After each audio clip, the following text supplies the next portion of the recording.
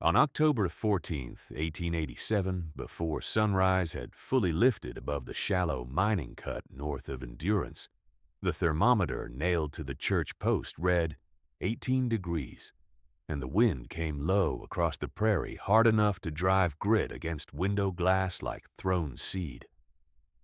Endurance held 312 souls then, spread between plank houses, two boarding sheds, a schoolroom, a church, and the broad front general store that stood at the center of every argument about weather, wages, and who would endure winter with dignity.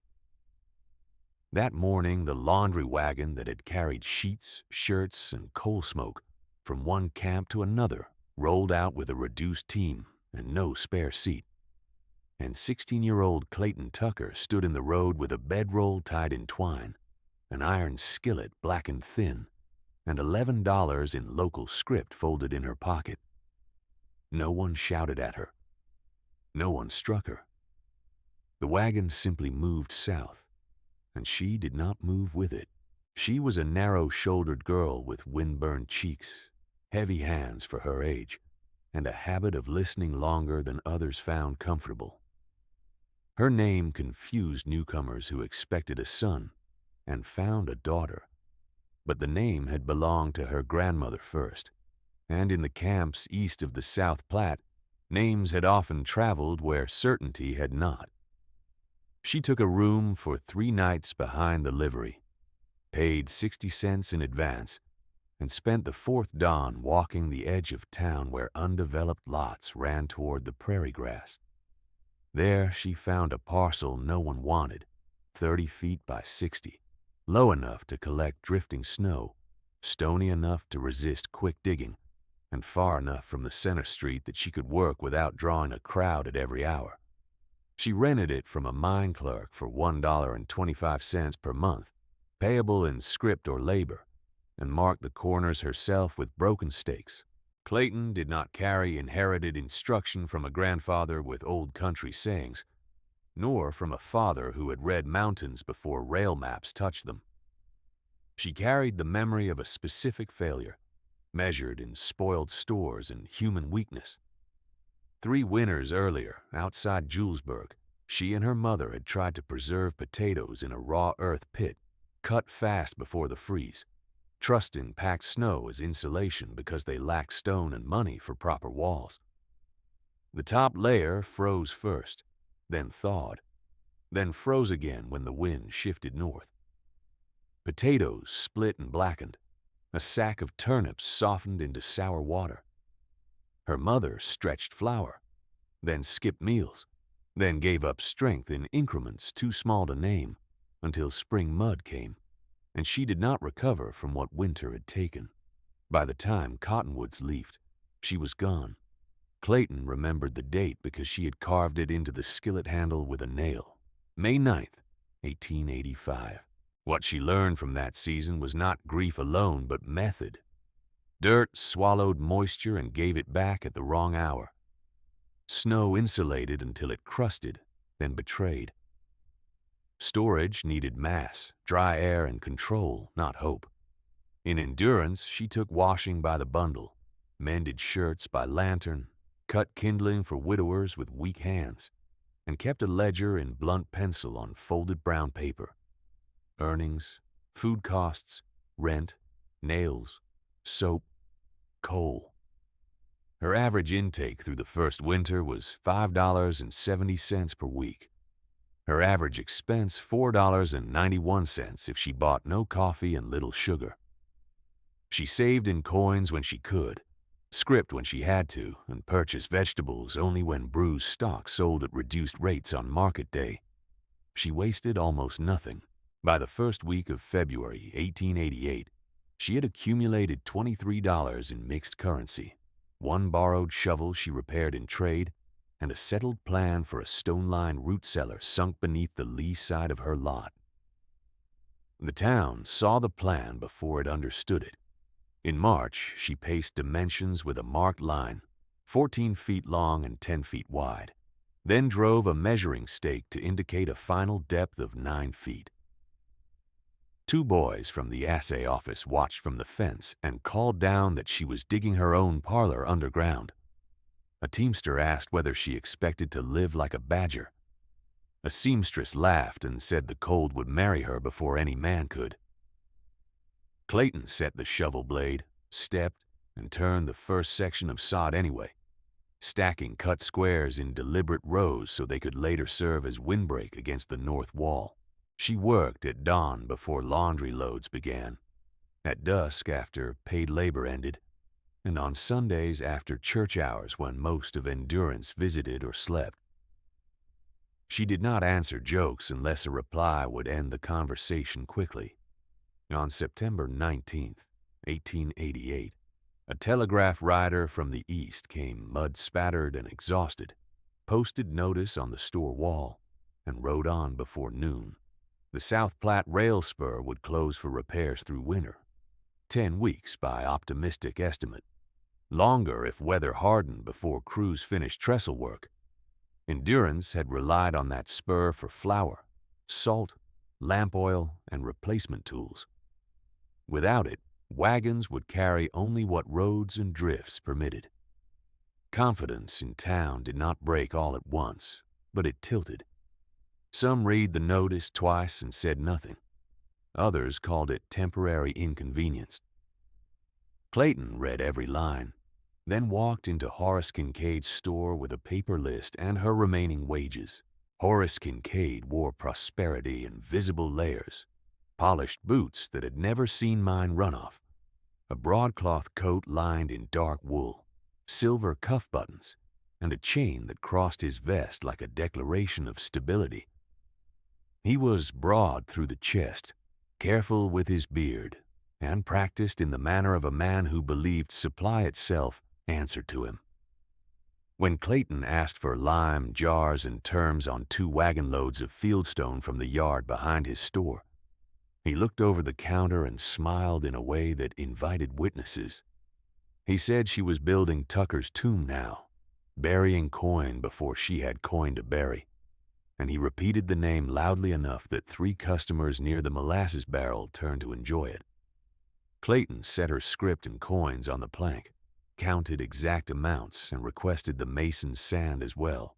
She paid $27.40 that week for stone, lime, sand, iron hinge straps, and seed potatoes selected for storage and spring rotation rather than immediate table use. It was nearly all she had. By late September, the excavation had reached 6 feet, and clay gave way to mixed gravel that required a pick for every second foot. She hired a drayman for one afternoon at 90 cents to haul larger stones, then reduced cost by gathering smaller fieldstone herself from dry creek edges beyond town. Mortar was mixed at a ratio of 1 part lime to 3 parts clean sand, wetted slowly to a thick paste, then rested before use so it would bind without crumbling in cold. She laid the first course on compacted gravel, checked level with a water tube improvised from lamp chimney glass and hose, and built walls 18 inches thick, staggering joints to resist frost movement. Cedar beams for the ceiling cost her $4 from offcuts that a carpenter had considered too short for house framing, but long enough for a cellar span when set close. She brushed each beam with rendered tallow and ash as a crude moisture barrier, then packed clay above with a tamping block until the roof bed sat dense and hard.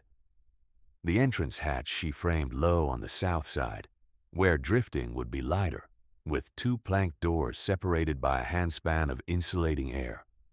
Inside, she planned shelves from planed scrap, but left a 2-inch gap between wood and stone to prevent condensation from wicking into stored goods. One vent would draw cold air near floor level through a pipe she could screen against rodents. The second would exhaust warm, damp air near the ceiling through a shuttered stack, adjustable by weather and by the amount of respiration from produce. She had learned through costlier lessons than most in endurance could imagine that preservation wasn't a single action, but a chain of small controls maintained without lapse. By the second week of October 1888, when dawn frost silvered the fence lines and wagon ruts hardened overnight, The chamber outline stood complete below ground, and the first mortared wall rose high enough that passers-by could no longer pretend she was merely digging a hole. They still called it Tucker's tomb. She kept building. The next morning, she set a mason line across the north wall, checked plumb with a hanging weight made from a broken hammerhead, and began raising stone in deliberate lifts no thicker than 4 courses per day so the lime could cure instead of sagging under haste. Frost stayed in the shade until nearly noon, and her breath marked each exhale like chalk in cold air. Yet she mixed mortar in a shallow box, pressed it into joints with a trowel ground thin from use, and struck each seam tight with a rounded stick to close hairline channels where damp might creep in winter. She measured every rise against a notch cut into a cedar stave. By October the 24th, 1888, the walls stood full height at 9 feet from packed floor to beam seat, and she spread 6 inches of gravel over the base, then 2 inches of sand above, creating drainage beneath the wooden duckboards she planned to lay later. Endurance still called it Tucker's tomb, but no one who looked into the chamber could mistake it for careless digging any longer. She framed shelves along 3 walls from salvage pine, planed smooth enough to reduce mold pockets, and fixed each upright on stone shims so wood did not sit directly in damp grit. Her spacing was strict, 14 inches between lower tiers for squash and turnips, 10 inches above for jars, and a full 2 feet under the ceiling for air movement. On November the 2nd, she installed the low intake as a 6-inch pipe cut from stove flue stock, sloped slightly downward from exterior to interior, so condensed water could drain outside rather than drip over food. The high exhaust she built from boxed planks, wrapped in tarred canvas and raised 1 yard above grade, with a hinged cap she could trim against wind direction. She tested draft with a stub of candle and a ribbon torn from an old apron, logging flame tilt and ribbon angle at dawn, midday, and dusk. When wind ran north at 20 miles per hour, the pull was too strong and chilled the room below safe storage range. She reduced opening width with a sliding cedar plate marked at 1/4-inch intervals. These were not refinements made for pride. They were corrections made against remembered loss. By the 3rd week of November, she carried in her first full stock: 48 pounds of onions, 60 pounds of carrots, 80 pounds of potatoes, 12 jars of pickled beans, 7 jars of rendered tallow, and 2 crocks of salt pork wrapped in cloth and layered with coarse salt. She chalked each crate with date and source, then copied the marks into her ledger by lamplight, noting weight, condition, and expected drawdown by week. Her costs were written in the same blunt hand she used for rent tallies: onions at 1 1/4 cents per pound from a farmer east of town, carrots at 1 cent, potatoes at 1 3/4 because late blight had reduced nearby fields. Horace Kincaid charged her 12 cents for each quart jar, while offering 10 cents to regular cash families buying in bulk. He denied the difference when asked, then repeated his warning to anyone within earshot that underground food bred sickness and fear in equal measure.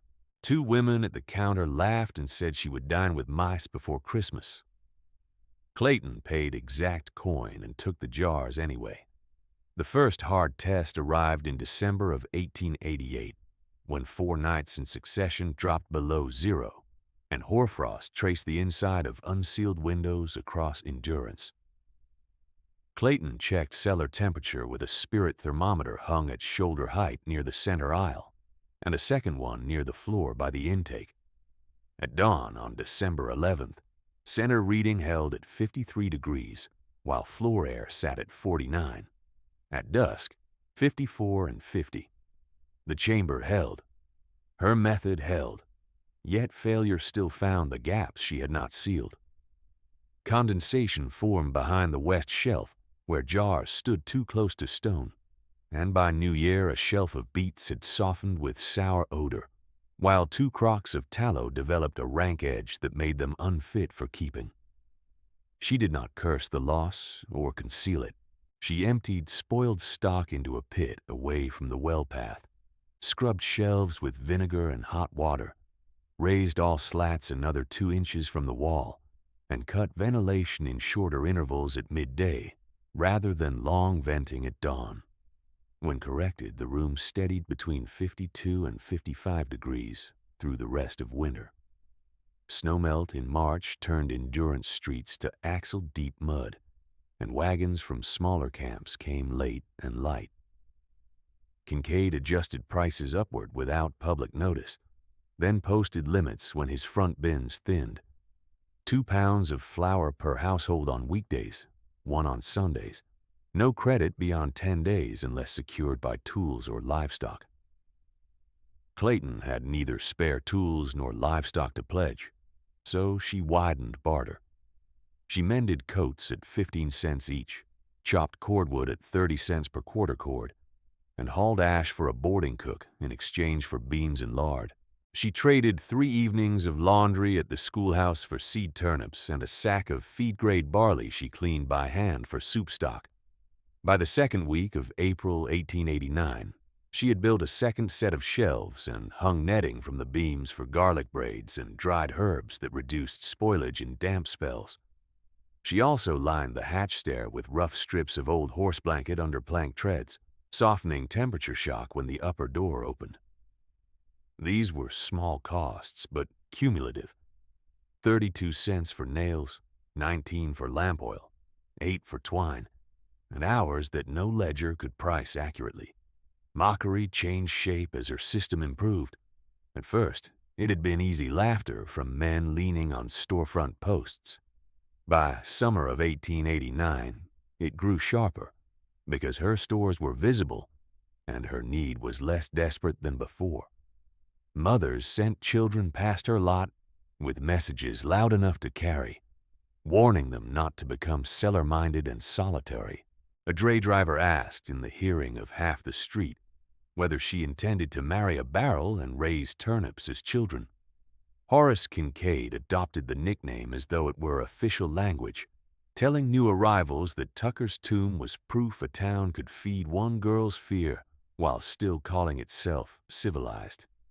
He also required cash from her on the plank, refusing script at face value and discounting it by 10%, a penalty he did not apply to ranch buyers with credit histories. She answered none of it in kind. Once, when an older widow named Dinah Pruitt offered to confront the storekeeper on her behalf, Clayton set a crate of potatoes by the hatch and said, "Let them talk. Words do not keep food from rot, and words do not hold heat in January." Dinah nodded and helped stack onions instead. Through late summer and into harvest, she treated preservation as a cycle, not a season. She rented 2 narrow planting strips beyond town for share terms, 1/3 of yield to landholders, 2/3 to her labor, and selected crops by storage behavior rather than market fashion. Long-keeping red potatoes, yellow onions with tight necks, white turnips, rutabagas, and dry beans, shelled to less than 14% moisture by weight. She blanched and dried sliced apples on screen frames over low coals, sealed beans in cloth sacks inside lidded bins to deter mice, and packed carrots in alternating layers of damp sand and root, each crate tagged with month and field. She kept pork in brine measured by floating egg test, then confirmed with scale, 1 pound of salt to 1 gallon of water for long storage, heavier when warm spells threatened. By the first week of October 1889, her ledger listed sufficient reserve to feed 1 adult for 36 months at modest ration, or 12 adults for 1 severe winter month if supplemented by town grain. The number mattered less than what stood behind it. Repeatable order, corrected by evidence, maintained by discipline. Signs of a hard season gathered before most households chose to see them. Geese crossed south in tight, low skeins 3 weeks earlier than the prior year. Prairie dogs sealed secondary burrow mouths with unusual depth by mid-October. Frost struck twice before the usual date, then lingered in shadowed gullies until afternoon. Clayton noted each sign in the margin of her supply pages and increased salt purchases despite higher price. On November the 12th, 1889, she walked to the telegraph office and paid 10 cents for a status inquiry regarding rail repairs and winter readiness of depots eastward. The operator returned 2 days later with brief reply: intermittent service, delayed freight priority, weather permitting. She copied the words exactly, folded the slip into her ledger, and bought an additional 50 pounds of flour at dear rate before Kincaid raised prices again. 3 days passed before anyone in town spoke publicly about shortages, and when discussion began, it came as irritation rather than alarm, as though worry itself were bad manners. Clayton added 2 more rope coils near her hatch, tested knots against fence posts, and ran a marked line from cellar door to street corner stake in case whiteout erased all edges. By the second week of January 1890, with snow already banked shoulder high along north walls, she had finished every task she could name and turned to the slower labor of watchfulness. Watchfulness did not mean waiting idle. It meant proving each part of her system under strain before strain chose its own hour. On January 14th, 1890, with dawn at 6 degrees below zero and wind veering west, Clayton lowered 3 sacks of potatoes from the upper shelf to the floor tier, then raised them again after 4 hours to test whether cold pooling near the intake had sharpened. She cut 1 tuber from each sack, checked for black heart and glassy flesh, and marked all 3 lots sound. She shifted onions to the lee side where draft ran slower, spread turnips thinner in their crates to reduce sweating, and reset her vent plate 1/4 inch narrower after noon. Readings fell to 51 at floor level. The chamber had become not a hole in the ground, but an instrument with moving parts, and she played it by measurement. She added a second ledger page for emergency drawdown, listing ration weights by household count and labor status. 1 pound 6 ounces per adult per day at full allowance, 11 ounces at hardship allowance with salt and fat, scaled separately so flour could stretch. By January 18th, she extended the rope line she had fixed to the corner stake, carrying it another 80 feet to the schoolhouse hitch rail and tying in red cloth markers at arm-span intervals so a gloved hand could follow knots in whiteout. She tested knot strength with a sled loaded to 140 pounds, dragged against drift edges and fence posts until 2 weak splices failed and were replaced. She drove iron staples into the school porch beam with a mason hammer, set a matching eye bolt by the church side step, and left coiled slack under oilcloth to keep fibers dry. These tasks drew eyes because they looked like preparations for conditions many still called unlikely. A cooper asked why she was stringing the town like laundry. Clayton answered with exactness rather than argument, saying that in wind above 30 miles per hour and visibility under 10 feet, direction could not be trusted and rope could. The cooper shrugged and laughed to the men beside him, but he did not remove the staple when she walked away.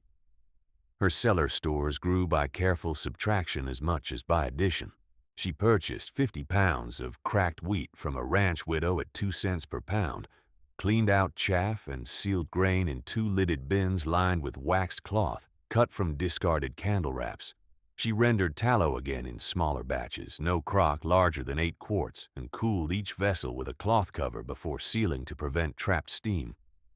She split her salt pork into 6 parcels instead of 2, each parcel wrapped in fresh muslin and labeled by packing date, then moved older jars to front rank and newer stock to rear. On January 21st, she paid 75 cents for a narrow handcart from a departing miner and reinforced its axle with scrap strap iron, building a pull rig that one person could guide over packed snow without spilling jars. She also prepared a boiling station beside the hatch, 3 stones set around an iron trivet where frozen roots could be tempered before slicing. No task was dramatic. Every task was specific. As the equipment along her lot became unmistakably organized, the tone of endurance hardened. Casual jokes turned into rituals of public dismissal that allowed those with thin cupboards to feel less exposed by treating preparation itself as vanity.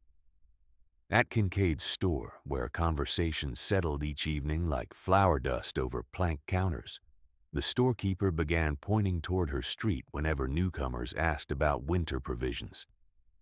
He said Tucker's tomb had made a priesthood of fear out of one girl with a shovel, and he said it while standing beneath full shelves of flour and coffee, tapping his ledger with a polished fingernail as though inventory were weatherproof by decree.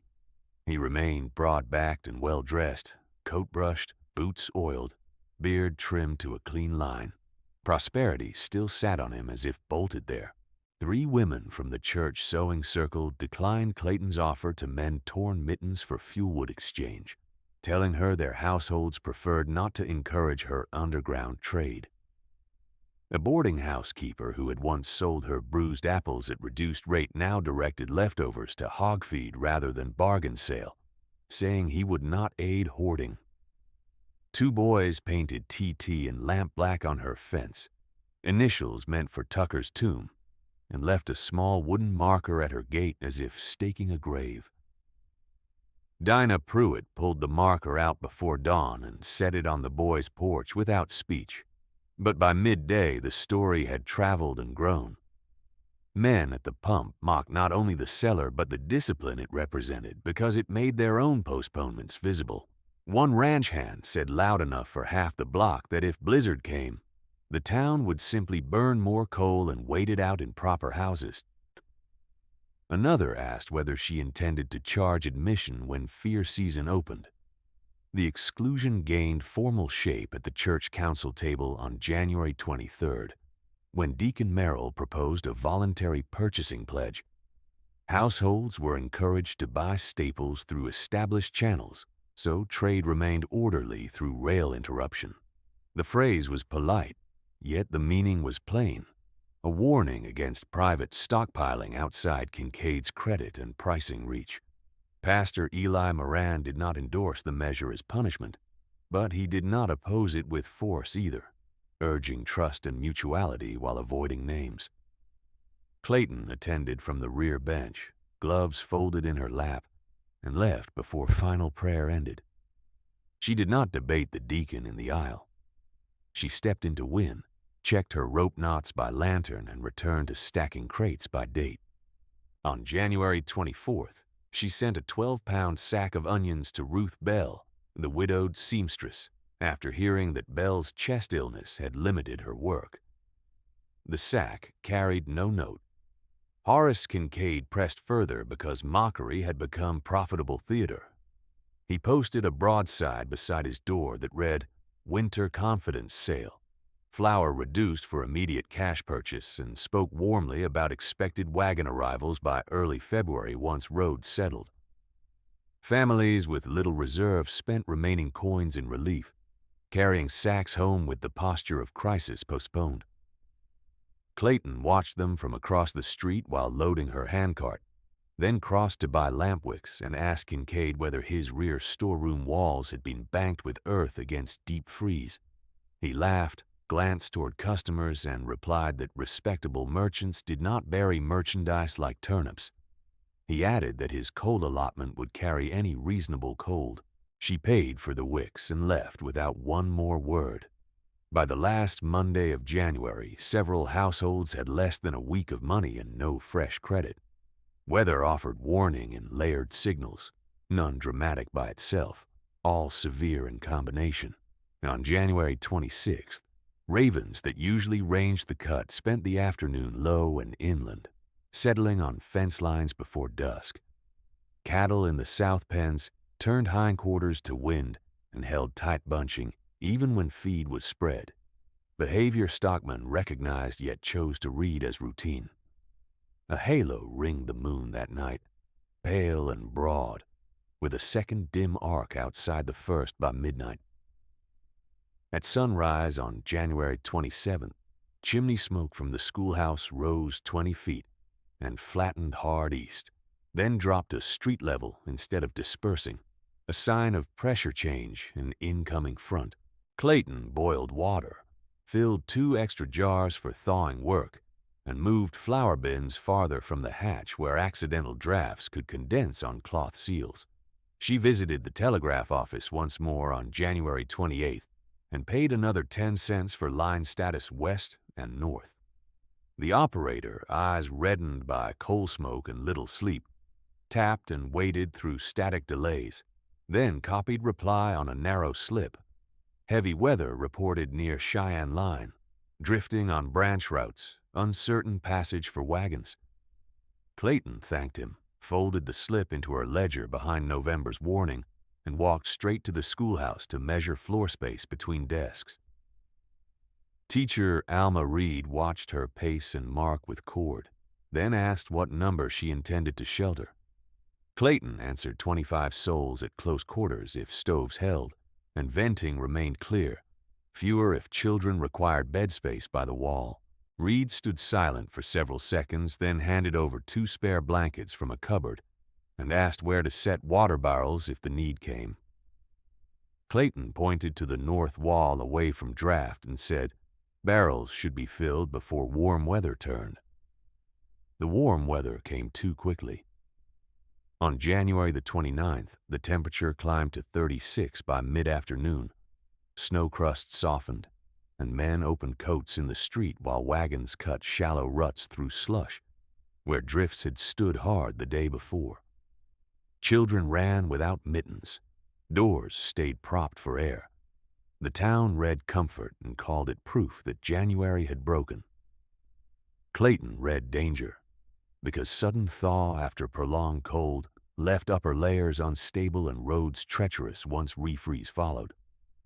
She tightened every exterior lash point on her rope lines, widened the hatch path, and set ash on slick steps for traction. She filled the handcart with pre-measured sacks, each marked by chalk stripe for household size, and stacked them beneath canvas within 1 arm's reach of the door. On January 30th, the second warm day, Kincaid's store filled from bell to dusk. Families bought flour at advertised discount, sugar in small twists, lamp oil by tin cup, and what potatoes remained in his front bins, trusting that another load would replace them before hardship began. Behind the counter, he stood smiling, broadcloth unbuttoned, speaking of roads reopening and ordinary winters returning. In his rear room, where plank walls met wind with little mass and less insulation, sacks were still stacked against timber without earth banking, with coal diminishing by half-scuttle increments each hour. Clayton passed his door twice while hauling water and heard laughter each time. She also noticed that the barometer in his window case had fallen since morning by nearly 3/10, needle sliding toward storm. No one discussed the needle. That evening, the thaw ended as abruptly as it had arrived. A dry line of cloud rose in the northwest at sunset, blue-gray and straight as a knife edge, while surface wind dropped into a silence that carried sound too far. Clayton stood at her hatch, checked both thermometers, and recorded 54 degrees center, 52 near floor. She closed the vent cap to winter setting, left 1-inch intake open, and laid out gloves, scarf, and spare mittens beside the ration ledger.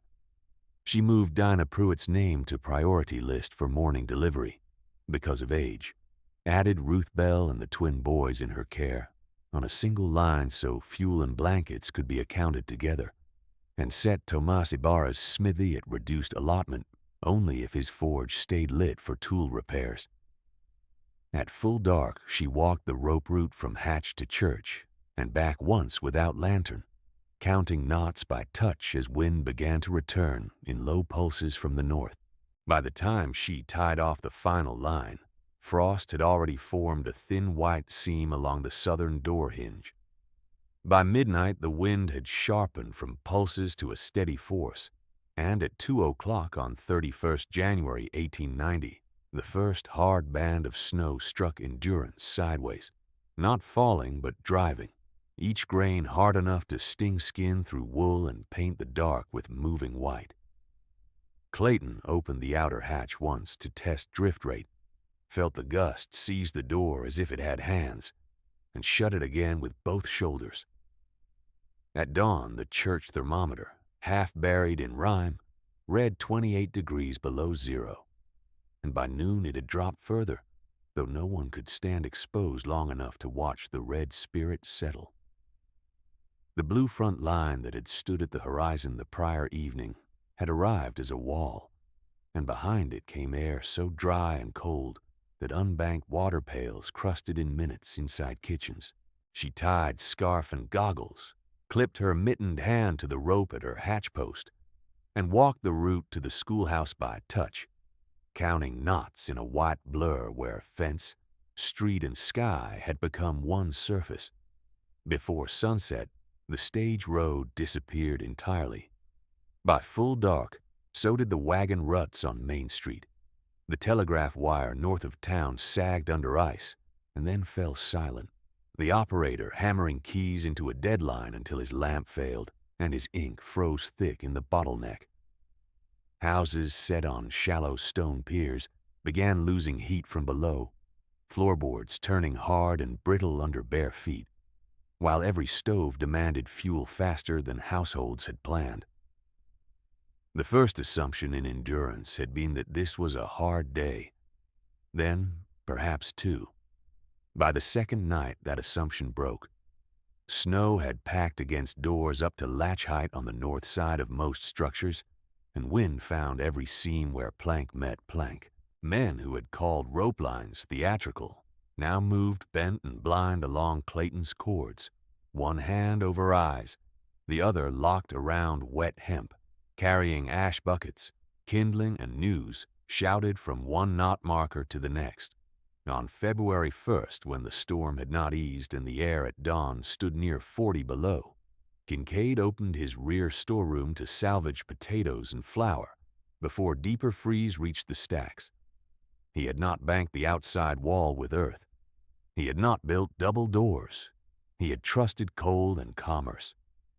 By the time he swung the door, frost had already run over the inner planks in white plates, and the sacks closest to the wall had gone rigid, flour clumped into hard masses around ice cores, potatoes split under repeated freeze-thaw, and then froze again when temperature crashed overnight.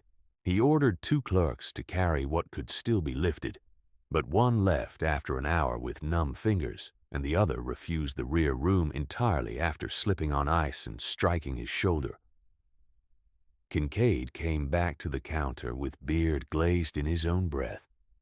Broadcloth coat whitened at the seams, and for the first time since anyone in Endurance could remember, he said he would close at dusk and reopen when conditions allowed. Conditions did not allow. By the 3rd day of February, the false calm of warm weather had become a bitter joke repeated without laughter. Coal bins across town stood low, and wagon access to the cut was gone, under shoulder-deep drifts with crust hard enough to hold briefly, and then break at random. Families burned fence pickets, broken chairs, and crate slats intended for spring planting. Kincaid broke shipping pallets behind his store and sold cut lengths by bundle until his own stove began to fail, for lack of draft through a chimney clogged by blown snow. The shelves in his front room thinned visibly, hour by hour. Sugar twists vanished first, then lamp oil, then beans. By evening of 3rd February, the knot holes in his backboards showed where sacks had stood a week earlier. Prosperity had not protected him from physics. It had only delayed his admission that physics had arrived. One line of time anchored itself in every home ledger after that. By the 5th day of the storm, no household in Endurance could pretend this was ordinary winter. Clayton moved from preparation to distribution with the same plain discipline she had used when laying stone. At first light, she weighed ration sacks on a hanging scale fixed to a hatch beam, chalked each with household marks, and loaded the handcart in descending order of distance so the farthest deliveries left first, while her strength held. She posted Alma Reed at the schoolhouse with a slate listing arrivals and departures, then sent 2 older boys to keep the rope clear of fresh drift where possible. Her emergency page became active record: 1 pound 6 ounces for adults in heavy labor, 11 ounces for reduced labor. Children scaled by age with broth priority for the very young and the ill. She measured salt by spoon and fat by ounce, never guessing, because guesswork ruined stores as certainly as warm wind ruined roads. Suffering still outran method. Pastor Eli Moran left the church on February 4th near dusk with a medicine satchel under his coat after Alma Reed reported a fevered child in a cabin west of the school lot. He reached the cabin and gave a first dose of quinine and willow bark tincture, then learned the fever was climbing and the child would need additional medicine from the church chest to make the night. He started back into the wind to fetch it. He was seen once more by Deacon Merrill at rope marker 3, head down, one arm over his face, turning north toward the church because he believed he could still bring the needed medicine before full dark. They found him at first light wedged against a fence corner less than 30 yards from the church step, knees drawn under him, one glove off where he had tried to clear ice from his eyes. The child lived. The pastor did not survive the night. Merrill and 2 miners carried him inside wrapped in a horse blanket, and no one spoke while Alma Reed wrote the date in the church ledger with shaking hand. 2 days later, on February 6th, Ruth Bell gave away the last full-wool blanket in her room. The twin boys in her care, Edwin and Elias Bell, had been coughing through the dark hours, and their small stove had burned out before dawn when her fuel box went empty. She wrapped both boys together, tucked the blanket under their feet and around their shoulders, then sat by the wall in her coat to save what heat remained for them. Dinah Pruitt reached the house by rope at sunup with a pail of broth and found Ruth breathing shallow, lips pale, hands cold even under mittens. Clayton and Alma carried her to the schoolhouse that afternoon, set her near the stove, and warmed stones in canvas at her feet. But the pneumonia had already settled deep. Ruth Bell died before dawn on February 7th, with Dinah reading a psalm softly beside her and both boys asleep on a pallet 3 feet away. The blanket stayed over them until morning. Tomas Ibarra held the smithy as long as iron could hold heat. He had kept his forge banked low through the first week, not for horseshoes but for stove hinges, bent flue collars, and pry hooks needed to open frozen doors. On February 9th, when a boarding house flue iced shut and smoke backed into sleeping rooms, he took tools and crawled onto the lee side of the roof to clear the pipe while 2 men held a line below. A crossgust hit as he levered at the cap, and the drift above the ridge slumped at once, burying roofline and chimney in packed snow. They reached him quickly with shovels, but packed powder had filled the airspace around his face before they could free his chest.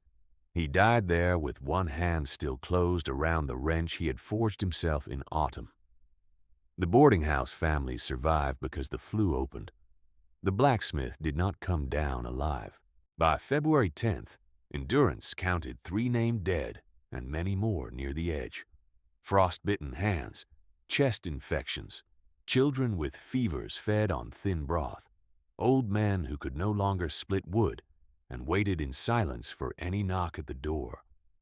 Hunger altered posture first, then speech.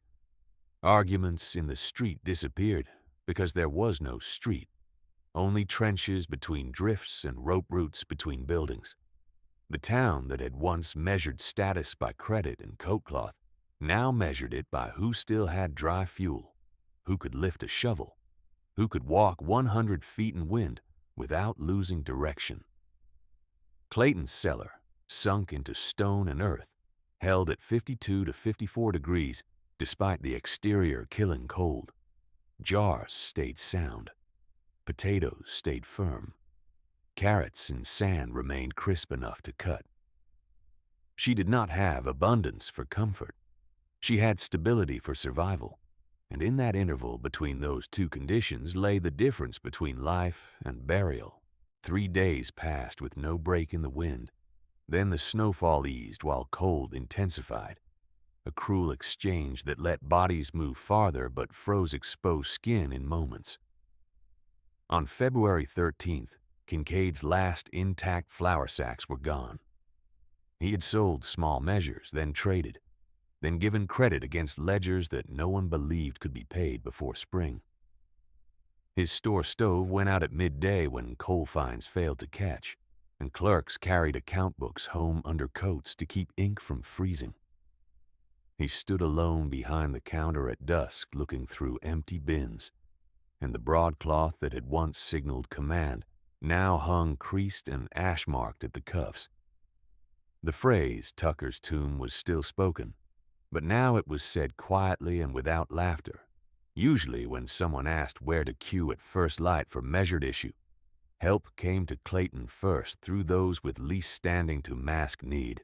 Edwin and Elias Bell arrived at her hatch with Alma Reed on 14th February, each boy gripping the rope with both hands, cheeks raw, boots wrapped in scraps of sacking above the ankle where leather had split. Alma spoke directly over the wind, saying the schoolhouse stores would not hold through the week at current draw, and asking whether Clayton would shift distribution there to reduce travel for older households. Clayton nodded, moved 2 pre-weighed sacks onto the cart, and told Alma to assign one older student to the tally slate at all hours of issue. She sent the twins back with warm turnip mash in tins, and gave Dinah Pruitt authority to adjust child rations upward by 2 ounces during fever nights without waiting for approval. No bargain was asked. No apology was requested. Work expanded because work was required. By February 16th, the queue at the hatch included ranch hands, miners, widows, and clerks who had once laughed at her fence. She weighed each allotment in the same scale pan, wrote each mark in the same ledger column, and repeated the same instruction on thawing roots, slowly in canvas to prevent splitting. Late that afternoon, Horace Kincaid joined the line carrying an empty flour sack folded under his arm. He did not wear the broadcloth coat. He wore a patched work jacket and gloves cut open at the fingertips for handling coin that no longer bought what was gone. When his turn came, he set the sack on her crate table and said only that he had 2 clerks and 1 invalid sister in his rooms behind the store, and that he had misjudged the winter in ways that could not be argued with now. Clayton set weights on the scale, measured his share to the same household standard she used for everyone else, added a jar of onions because his sister could not chew hard grain, and slid the sack back across the plank without change in expression. The rope lines held. The walls held. Endurance, thinned and grieving, held with them. The next morning she shifted from rationing to instruction, because the stores would last only if each household handled food with precision, and precision had never been common practice in endurance, while the rail spur still carried mistakes away. At the schoolhouse stove, she laid out a split turnip, a frozen carrot, and 2 potatoes, then showed Alma Reed and Dinah Pruitt how to wrap roots in dry canvas near gentle heat until the core softened slowly, not by direct flame that burst cell walls and wasted half the weight as water. She measured brine by spoon into a cracked cup, demonstrated how to skim mold from crocks without stirring it downward, and assigned the older students to copy procedures in blunt script on slate, so each family could carry directions home. By noon, the schoolroom smelled of damp wool, broth, and earth-cold vegetables, and the lesson had reached more souls than a week of argument ever could. By February 18th, the wind had dropped below 20 miles per hour for the first time in more than 2 weeks, though the cold held near 30 below at dawn, and movement between buildings became possible for older men who had been trapped indoors by drift and fear. Clayton used that narrow opening to reorganize labor. Tomas Ibarra was gone, and so forge work had stalled. She asked two miners with steady hands to clear his bench and salvage usable scrap, then directed them to repair hinges and latch pins for doors that no longer shut against night wind. She set Deacon Merrill and two ranch hands to trenching paths from rope line to porch so widows could reach issue points without climbing packed walls. She moved issue from a single hatch queue to 3 points: cellar, schoolhouse, and the back room of Kincaid's store, where Alma logged weights and names while Kincaid, silent and drawn, carried sacks from cart to shelf under her count. Expensive stockrooms had failed. A stone chamber built with off-cut beams and bargain lime now fed the town. The contrast was visible in every ledger page. Clayton's total construction cost, tracked from September of 1888 through final shelf extension, stood at $68.12, not counting her labor, while Kincaid's winter inventory frozen in place had been valued at more than $800 before spoilage. Her losses that season remained under 8% by weight after sorting. His losses ran past half by the first week of February, then rose further when thaw and refreeze ruined texture in the sacks nearest the rear wall. He did not dispute the numbers when Alma copied them beside ration totals. He signed the margin with a hand that shook from hunger and fatigue. 3 days later, the sky cleared hard blue, bright enough to hurt the eyes off snow crust, and the silence after weeks of wind felt stern rather than gentle. Men reached the telegraph office and lifted the fallen wire clear of drift long enough for the operator to test line continuity west. No answer came that day. Clayton kept issuing 11-ounce hardship rations for most adults, with higher allotment for shovel crews and nursing mothers, and required every household to return empty jars clean for refill. She assigned Edwin and Elias Bell to jar inspection under Dinah's supervision, giving the boys a task measured and visible, so grief did not swallow them whole. Ruth Bell was buried on the lee side of the churchyard when ground could be cut, her blanket folded at the foot of the grave after spring thaw loosened soil.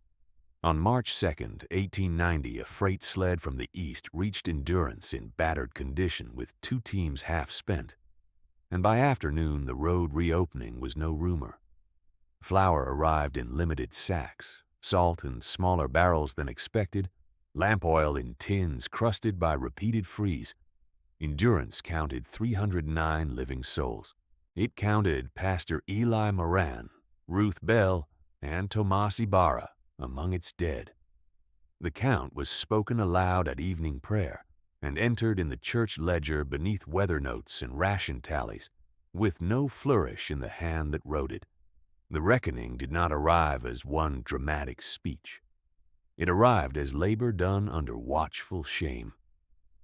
By the second week of March, households that had mocked the depth of her excavation began cutting measured rectangles behind their own homes, at first shallow and uncertain, then deeper when Clayton inspected and corrected slope, drainage, and vent positions.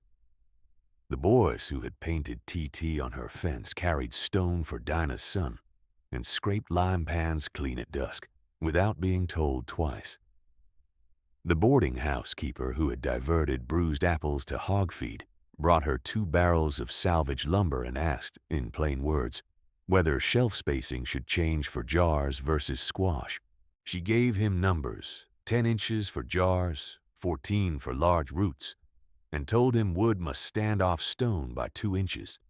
He repeated the dimensions as if reciting a prayer he had learned too late.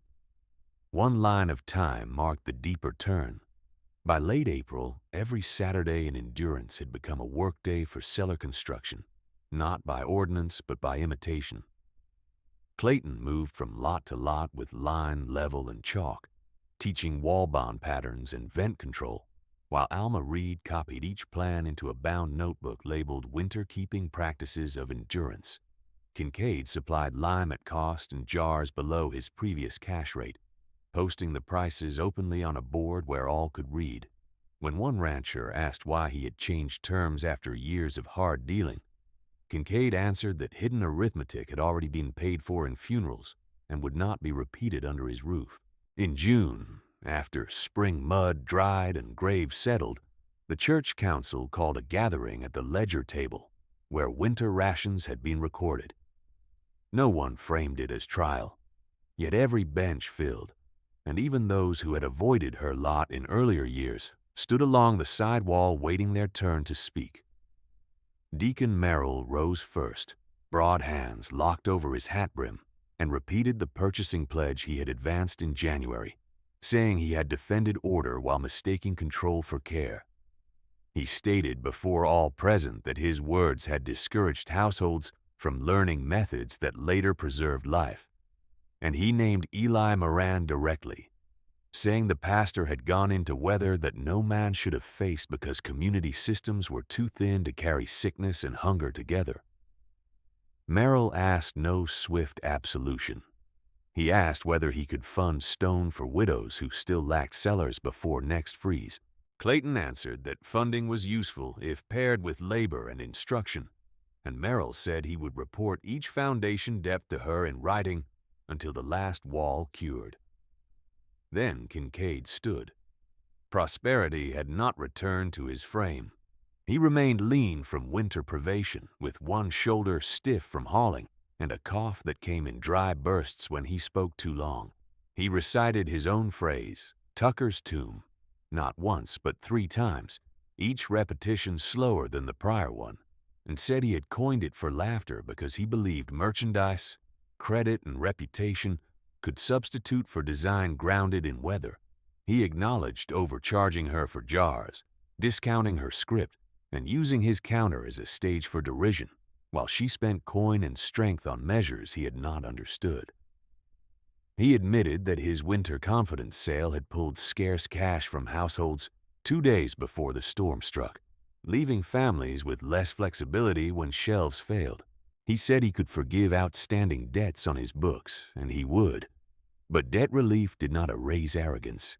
He asked before the church and the ledger whether she would teach from his storeroom so mistakes made in public commerce could be corrected in public view. Clayton did not answer at once. She looked to the back benches where Edwin and Elias sat with Dinah, then to the side aisle where Tomas Ibarra's tools had been stacked for his cousin to claim, and finally to the ledger open before Alma Reed with the 3 death entries still dark on the page. When she spoke, her voice carried without strain. She said forgiveness was not the first task before them. Competence was. She said 3 souls were dead, and many had suffered because endurance had treated winter as an inconvenience that money could postpone. She said she had not built to prove herself right, and she would not teach to prove others wrong. She would teach because hunger repeated itself where method was absent. If the town wished to honor Eli Moran, Ruth Bell, and Tomas Ibarra, it would do so in wall thickness, vent placement, crop rotation, and shared stores audited before each snowfall. Kincaid bowed his head once and replied that his storeroom was hers for instruction every Thursday until no household needed the offer. What followed was not sentiment but apprenticeship. Through the summers of 1890 and 1891, Kincaid's back room held measuring rods, vent models, sample shelf brackets, and jars labeled by preservation method, while Clayton taught in sequences that began with drainage and ended with ration mathematics. She charged no fee.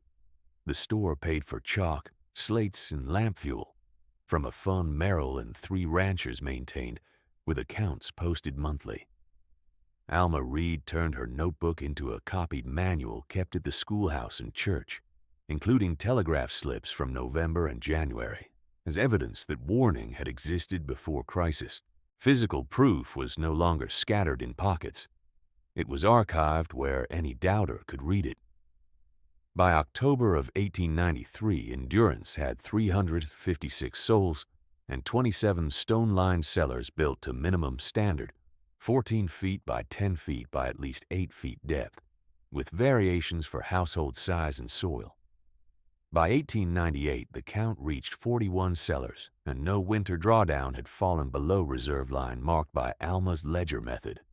Kincaid replaced the sign above his rear room with plain lettering that read, Instruction Hall, and beneath it he fixed a narrow board carved with 5 words Clayton had spoken in her first spring class. Measure first, fear less, waste nothing. Children traced the letters with mittened fingers while waiting for parents to finish lessons. By 1905, Endurance held 487 souls. The church register recorded no winter starvation in 15 years.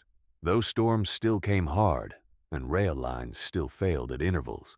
On cold mornings, one can hear mothers call from porches for boys to dig Tucker deep if they want potatoes sound by February.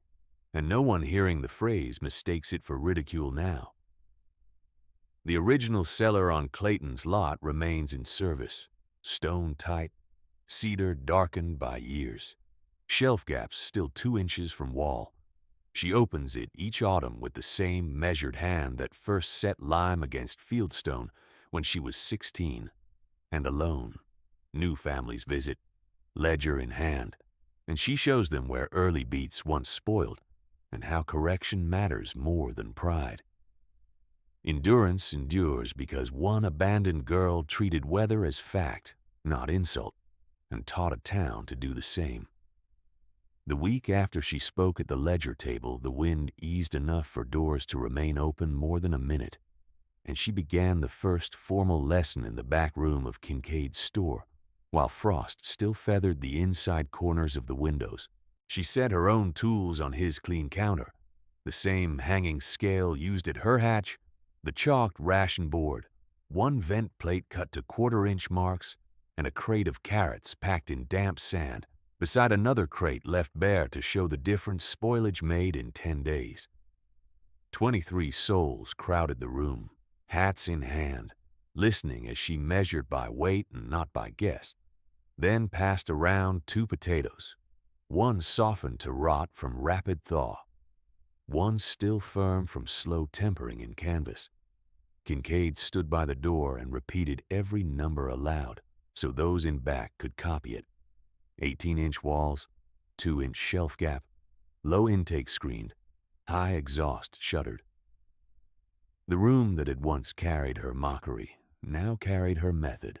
3 days later, Deacon Merrill arrived at her lot with a ruled notebook and read his first foundation report exactly as promised. Widow Cates.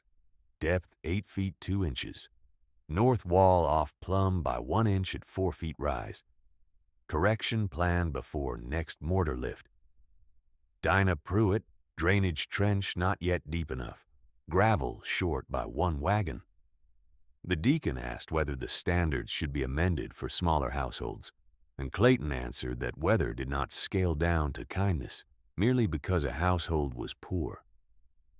She walked with him to each site before dusk and marked errors in chalk on the stones themselves, so no family could mistake politeness for approval. On that same round, she saw Tomas Ibarra's cousin, Mateo, at the old smithy door, with the wrench that had remained in Tomas's hand on the roof. Mateo did not speak long. He said only that he would keep the tool in working order and forge vent collars at cost through autumn for any family building to specification. She nodded once, and the agreement held through the season. By the first Saturday of May, 2 boys waited outside her hatch before sunrise with a wheelbarrow and a sack of lime. They were the ones who had painted TT on her fence in winter darkness, Lester Pike and Owen Pike, sons of a ranch hand who had nearly lost 3 fingers to frostbite in February. Their father stood behind them, hat brim low, and said the boys had work to do before breakfast if she would accept it. Clayton sent them to scrape old lampblack from her fence boards first, then to carry broken fieldstone from the lot edge to Dinah's foundation trench. At midday, when their arms had begun to shake from effort, she gave them both a cup of bean broth and showed them how to butter a mold board with tallow so wet lime would release clean from the form. Owen asked why she had fed Kincaid in line with everyone else. She answered while leveling a stone, saying hunger did not become less dangerous because pride had been loud in better weather. Lester repeated the sentence later at school, and it entered town speech as a rule rather than a rebuke. On the 17th of June, 1890, the telegraph office finally carried Stable Line West for a full afternoon, and Operator Finch posted the first complete freight advisory Endurance had seen since January. The message confirmed what her two paid inquiries had already warned months earlier. Repeated branch delays, uncertain passage, weather contingent dispatch.